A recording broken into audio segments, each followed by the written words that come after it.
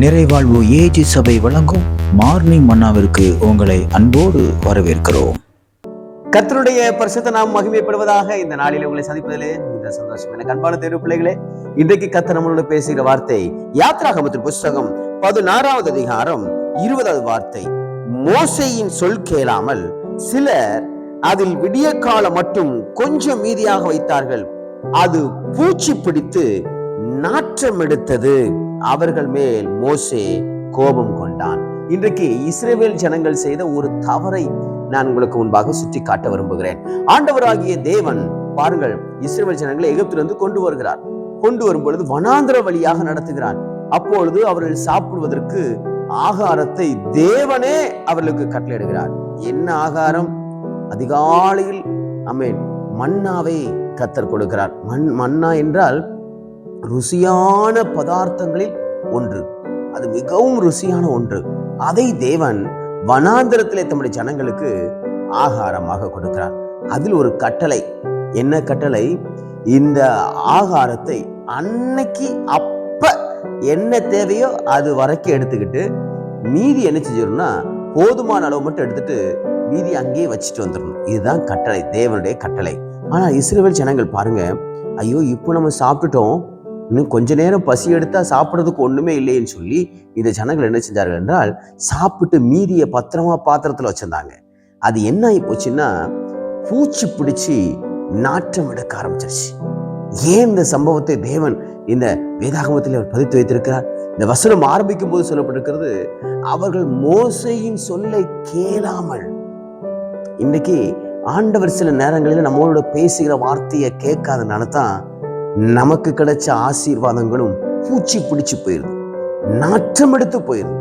இன்னைக்கு தேவன் சொல்லுகிற வார்த்தைக்கு நம்ம கீழ்ப்படியாதனால நம்ம வாழ்க்கையில அநேக நாசங்களும் அநேக விதமான நாற்றம் பிடித்த சுபாவங்களும் நமக்குள்ளே வந்து விடுகிறது.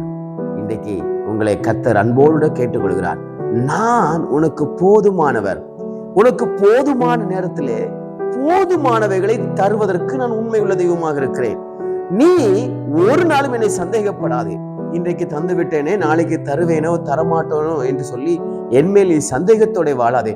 உனக்கு எப்பொழுது என்ன தேவையோ அதை அதீனதின் காலத்திலே உனக்கு நான் நேர்த்தியாக செய்கிற உன் தேவனாகிய கர்த்தர் என்று ஆண்டவர் வாக்கு கொடுக்கிறார். எனக்கு அன்பான பிள்ளைகளே, பாருங்கள், மோசே ஜனங்களுக்கு சொன்னான். ஜனங்களுக்குள்ள விசுவாசம் இல்லை. நாளைக்கு கிடைக்குமோ கிடைக்காதோ, இருந்தாலும் எடுத்து வச்சுக்கலாம், நாளைக்கு தேவைப்படும்னு சொல்லி ஜனங்கள் மோசேயுடைய வார்த்தைக்கு கீழ்ப்படியாமல் போனார்கள். இன்னைக்கு நீங்க கீழ்ப்படியாம போனதுனால என்னென்ன ஆசீர்வாதங்கள்லாம் இழந்திருக்கீங்க உங்களுக்கு தெரியுதா? புரியுதா? இன்றைக்கு உங்க வாழ்க்கையில் அநேக நாற்றம் எடுத்த காரியங்கள் காணப்படுவதற்கு காரணம் என்ன? எனக்கென்று நான் வைத்துக் கொண்டது, இது எனக்காக நான் வைத்துக் கொண்டது, நான் தேடி பிடித்து வைத்துக் கொண்டது, இது நாளைக்கு வேண்டும் என்று வைத்துக் கொண்ட அநேக காரியங்கள் இன்றைக்கு நாற்றம் எடுத்த ஒரு நிலைமையிலே காணப்படுகிறது. எனக்கு அன்பான தேடு பிள்ளைகளே, அவர் சொல்றத நீங்க கரெக்டா கேட்பீங்கன்னா உங்களுக்கு தேவைகளை பரலோகத்தில் இருக்க தேவன் அவர் சந்திப்பார். அநேக நேரங்கள்ல நம்ம அவர் சொல்றதை கேட்கறது இல்லை.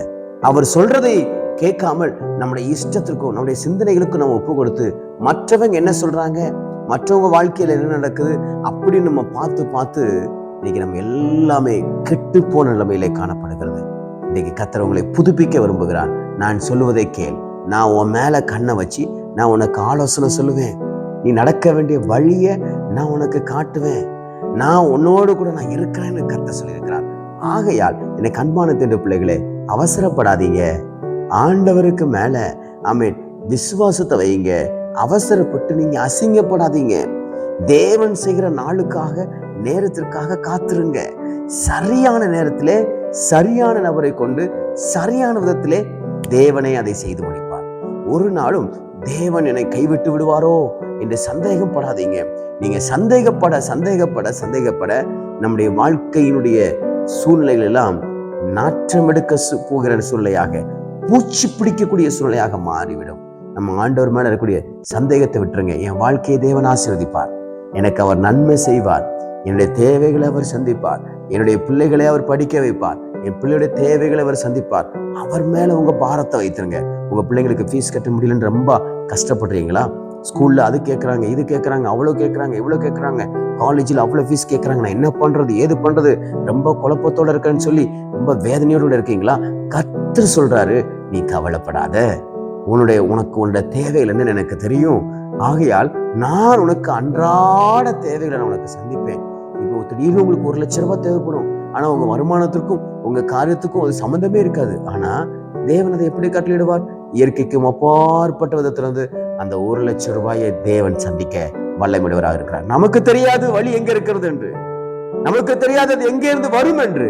ஆனால் தேவன் எப்படி இஸ்ரவேல் ஜனங்களுக்கு ஆகாரத்தை மன்னாவை கொடுத்து அவர்களை போஷித்தாரோ, திருப்தியாக நடத்தினாரோ, அதே போல இன்னைக்கு உங்களை தேவையை சந்தித்து இன்னைக்கு உடைய காரியங்கள் எல்லாவற்றையும் அவர் திருப்தியாக்கி உங்களை வழிநடத்துவாராக. விசுவாசியுங்கள், அவர் சொல்லுவதை கேளுங்கள். நிச்சயமாக இந்த நாள் உங்களுக்கு ஒரு ஆசீர்வாதமான நாளாக இருப்பதாக. God bless you.